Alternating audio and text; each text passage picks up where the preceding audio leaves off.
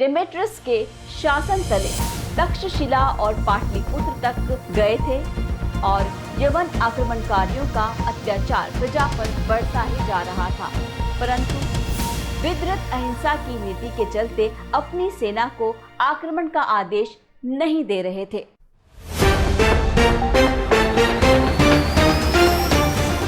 जानिए कौन था वो सैनिक जिसने अपने ही राजा को मारकर एक पूरे राजवंश का अंत कर दिया।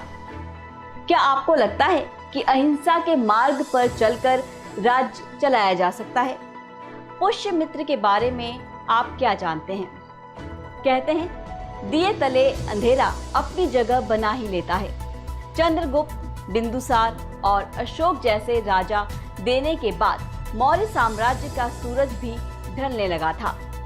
सम्राट अशोक बौद्ध धर्म को अपनाकर अहिंसा के मार्ग पर चले, किंतु यही अहिंसा का मार्ग उनकी आने वाली पीढ़ी के लिए नुकसानदेह साबित हुआ। अहिंसा की नीति के कारण मौर्य साम्राज्य अब युद्ध से दूरी बनाए हुए था। परिणाम स्वरूप साम्राज्य में काफी संतुलन दिखने लगा। मौर्य साम्राज्य के अंदर आने वाले कई सारे राज्य जैसे कालिंग और सातवाहन के लोगों ने भी खुद को स्वतंत्र घोषित कर दिया था। इस असंतुलन के चलते सम्राट अशोक की मृत्यु के केवल 50 वर्ष बाद ही मौर्य साम्राज्य बिखरने लगा।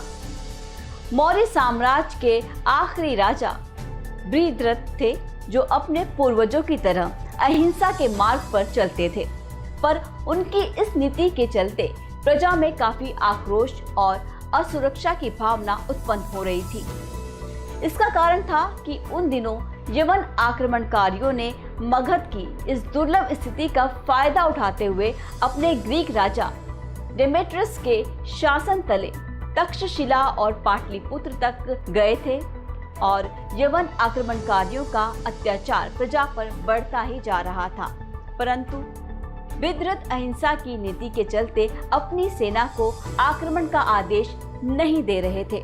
आखिरकार इस स्थिति से तंग आकर उनके सेनापति पुष्यमित्र, जो कि कुशल योद्धा और उनकी सेना के सेनापति थे, एक सेना निरीक्षण के कार्य के दौरान पूरी सेना के सामने बृहद्रथ की हत्या की। उन्हें सेना और राज्य की प्रजा का भी समर्थन मिला, जिसके चलते उन्हें राजा घोषित कर दिया गया और शुंग वंश की स्थापना हुई। उन्होंने यवनों को अपनी सीमाओं से खदेड़ दिया और प्रजा का विश्वास जीत लिया। इतना ही नहीं, 2 अश्वमेध यज्ञ करवाए, जिन्हें राज्यों ने खुद को स्वतंत्र घोषित कर दिया था, उन्हें भी वापस अपने साम्राज्य में शामिल किया।